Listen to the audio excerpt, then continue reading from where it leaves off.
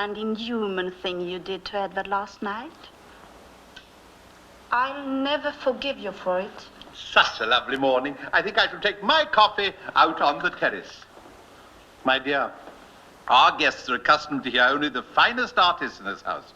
You can't expect them not to be bored when they have to listen to some mediocre pianist who hasn't even got half your talent. Father, you put them up to it. Oh, nonsense, dear. I did nothing of the kind. Now, I've much more important matters to discuss with you, my dear. The parents of Captain Hansen have invited you to spend a fortnight with them at their summer home at Medbybrunn. Oh, how kind of them. Yes, you know, the king has a summer palace nearby. Has he? Yes, and the Hansens are great friends of royalty. You might even meet the king and queen. Oh, how exciting. I said you'd leave this morning on the same train as Captain Hansen. While Edvard goes slinking back to Norway, licking his wounds. I'm sorry, Father. I'm not going. Now, listen, dear. This is one time when you're not going to get your own way. I have no intention of allowing Grieg to hang around this house while you become even more infatuated with him than you are at present. You can't force either Edvard or me to leave Karlshamn. But I might be persuaded. If I arrange the recital, is that it? I tell you what, Father. I'll go to Medbybrunn. Stay the fortnight. Courtesy before the Queen. Be a model of decorum. I assure you no one will be reminded by my behavior that your fortune was made by selling bottled punch. I don't want the recital put on in my name. And Edvard wouldn't give it if you did. Perhaps we could borrow the name of Mayor Seastrom. Why not? Now understand, you're not to return till the concert's over. You're never to write to him or see the fellow again. Never see him again? Not even write him? Those are my terms. Well?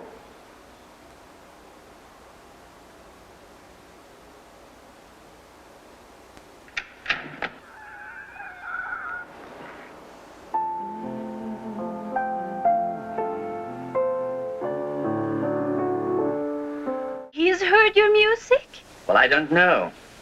It's just that a friend of mine... Magdalena Torresson. It's a most important influence. Yes. Well, anyhow, she wrote to a friend of hers in Rome and asked him to show one of my pieces to Liszt.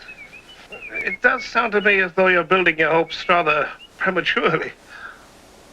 Tell me, Edvard, what have you written recently? He composed a beautiful violin and piano sonata, the one being shown Liszt. But Edward wrote that in Denmark. Where can I get a copy of the sonata? I'm afraid I haven't found a publisher yet. Oh.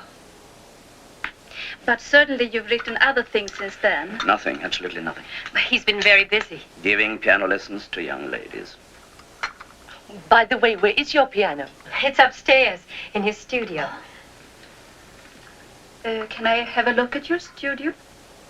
Yes, why not? Will you excuse me?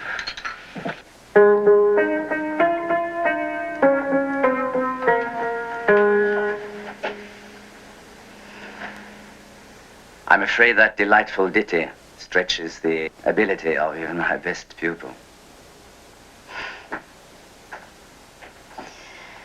Oh, Edvard. Edvard, this'll never do.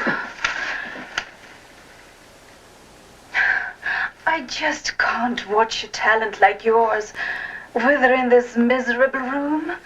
Well, as Nina said, we do have things in the wind. Things in the wind. In heaven's name, Edvard, please let me help you. Accept the offer I made in that letter. I don't know. Well, it's extremely kind of you, of course. But, Well, if it makes it any easier for you, Edvard, you could consider it a business loan. And one day, when you're on your feet, you can pay it back. Even with interest, if you want. it's very tempting. Within a month, you can be having your first recital in Rome.